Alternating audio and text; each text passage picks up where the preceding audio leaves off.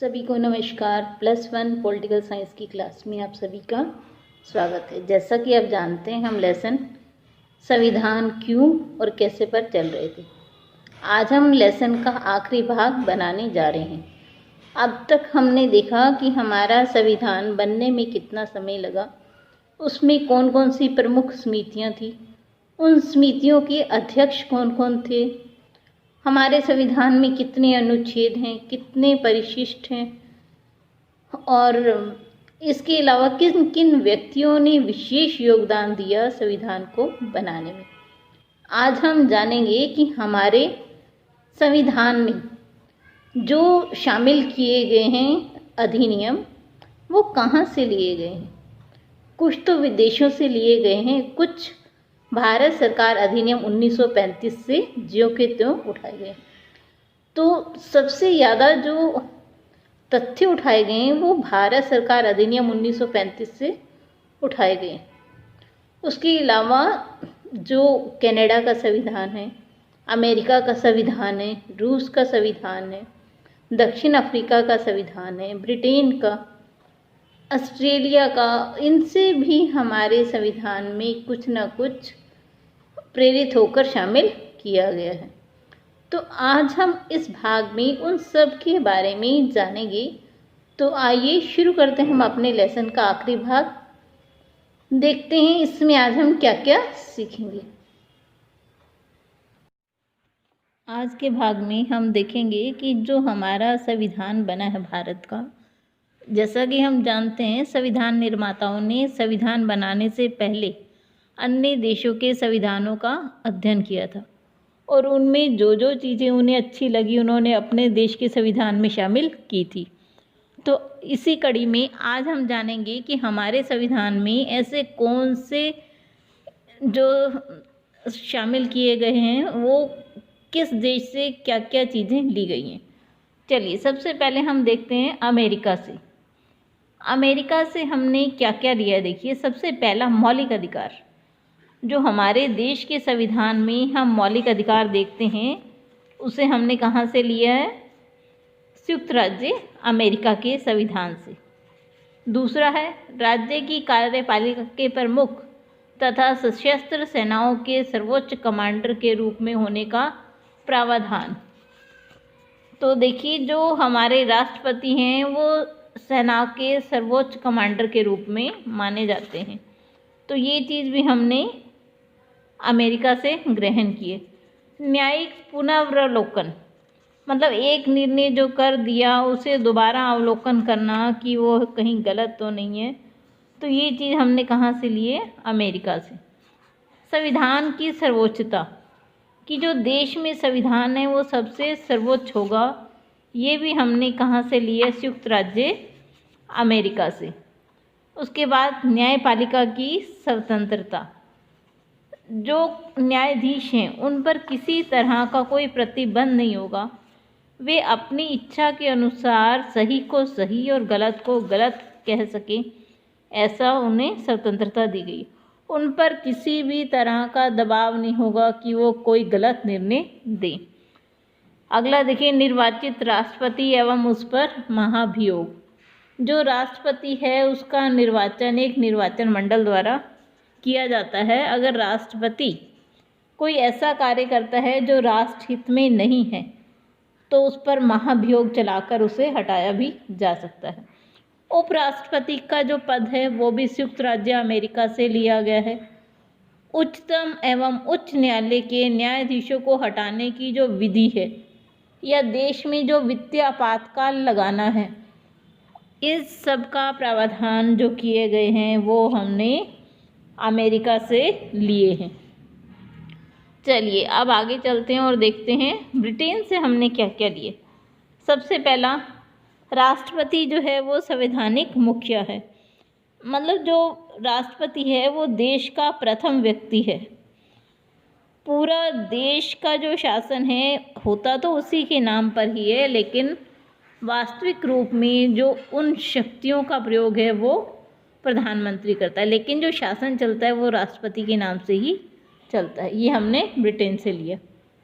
अगला देखते हैं अब हम इसमें लोकसभा अधिक शक्तिशाली है। ये प्रावधान भी हमने ब्रिटिश संविधान से लिया है। देखिए हमारे देश में 2 सदन है, लोकसभा और राज्यसभा, लेकिन लोकसभा सबसे अधिक शक्तिशाली है इन दोनों में से।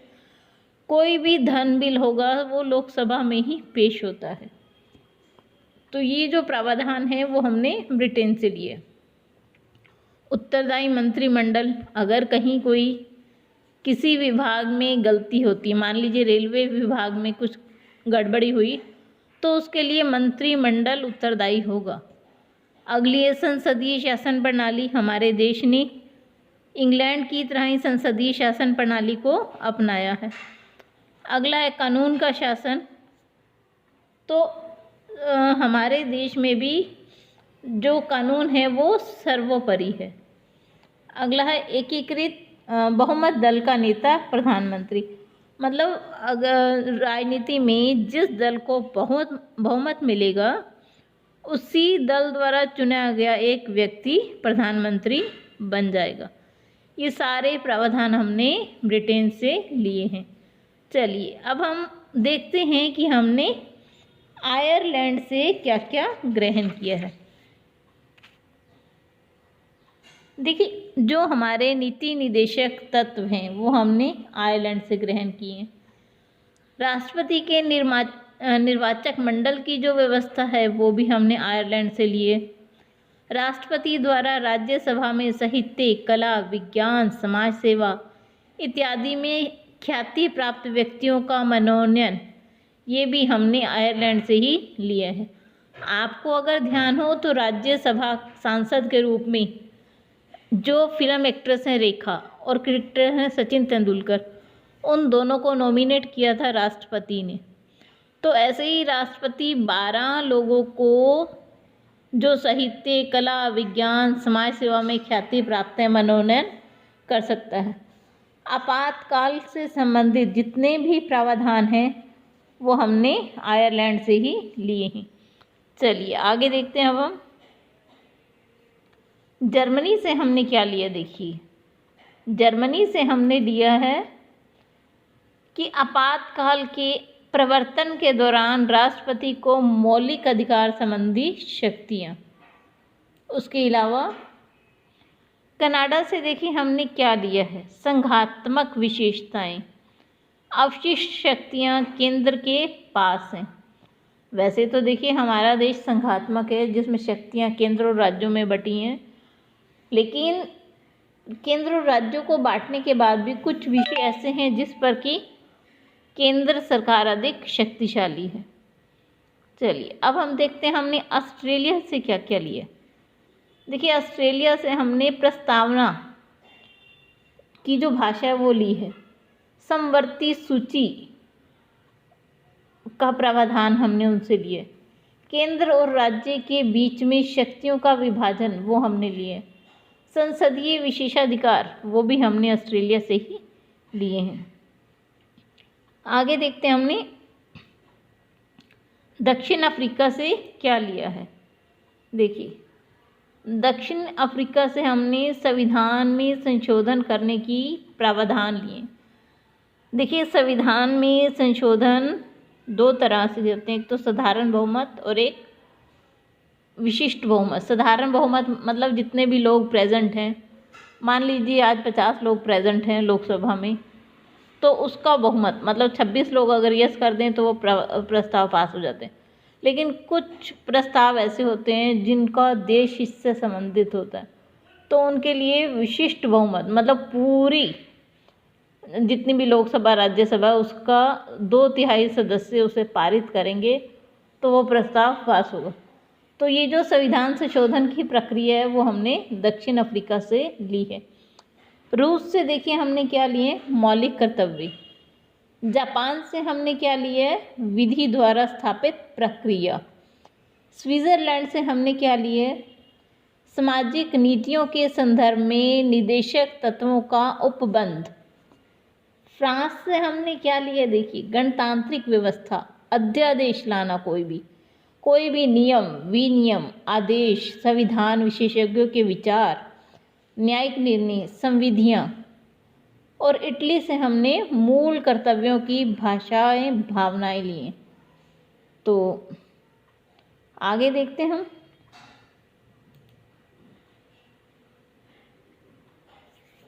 इसके अलावा जो भारतीय शासन भारत शासन अधिनियम 1935 है, जो हमारे 300 अनुच्छेद हैं उनमें से 250 अनुच्छेद हमने उसी में से लिए हैं, भारत सरकार अधिनियम 1935 में से।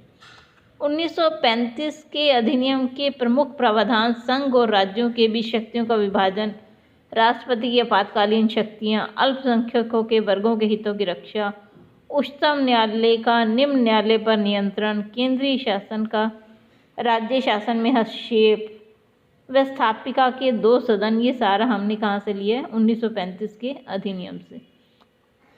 उसके अलावा देखिए जो हमारी प्रस्तावना है वो ये शो करती है कि हमारा, देखिए प्रस्तावना में क्या लिखा है, हम भारत के लोग भारत को एक संपूर्ण प्रभुत्व संपन्न समाजवादी पंथ निरपेक्ष लोकतंत्रात्मक गणराज्य, मतलब देखिए हमारा देश प्रभुत्व संपन्न है, हम किसी के गुलाम नहीं हैं। हमारा देश समाजवादी है, मतलब हम जो सभी वर्गों के कल्याण के लिए कार्य कर रहे हैं। पंथ निरपेक्ष मतलब किसी धर्म विशेष को मानने वाला नहीं, सभी स्वतंत्र हैं, वो किसी भी धर्म को पालन करें। लोकतंत्रात्मक है, मतलब हम अपने नेता का चयन खुद वोट डालकर करते हैं। गणराज्य है, बहुत सारे राज्यों से मिलकर एक भारत बना हुआ है। तो देखिए प्रस्तावना ही बहुत कुछ कह देती है हमारे संविधान के बारे में। प्रस्तावना को संविधान का आईना कहा गया है कि आप उससे पहले ही देख सकते हैं कि अंदर क्या होगा। अब देखिए संशोधन की प्रक्रिया। सबसे पहला, संसद में उपस्थित मतदान करने वाले सदस्यों के साधारण बहुमत से, अभी आपको बताया, मान लीजिए 50 लोग उपस्थित हैं और 26 यस कर देते हैं तो वो प्रस्ताव पास हो जाता है। मतदान करने वाले 2/3 सदस्यों का बहुमत प्राप्त हो और राष्ट्रपति उस पर हस्ताक्षर कर दें। तीसरा है, मतदान करने वाले 2/3 सदस्यों के बहुमत के अलावा कुल राज्यों की 50% विधायिकाओं का बहुमत से संशोधन किया जाना, तो जो संशोधन है वो पारित माना जाए। तो संशोधन के देखिए 3 तरीके हैं। एक, उपस्थित जितने हैं उनके साधारण बहुमत से। दूसरा, मतदान करने वालों के 2/3 बहुमत से। तीसरा है, मतदान करने वाले 2/3 के अलावा राज्यों की 50% विधायिकाओं का बहुमत से संशोधन किया जाना। तो चलिए, इसी के साथ ही हमारा चैप्टर ख़त्म हो गया। आप सभी का साथ जुड़ने के लिए बहुत बहुत धन्यवाद। अगर आपको वीडियो पसंद आए तो लाइक ज़रूर कीजिए और चैनल को सब्सक्राइब ज़रूर कीजिए। आप सभी का बहुत बहुत धन्यवाद।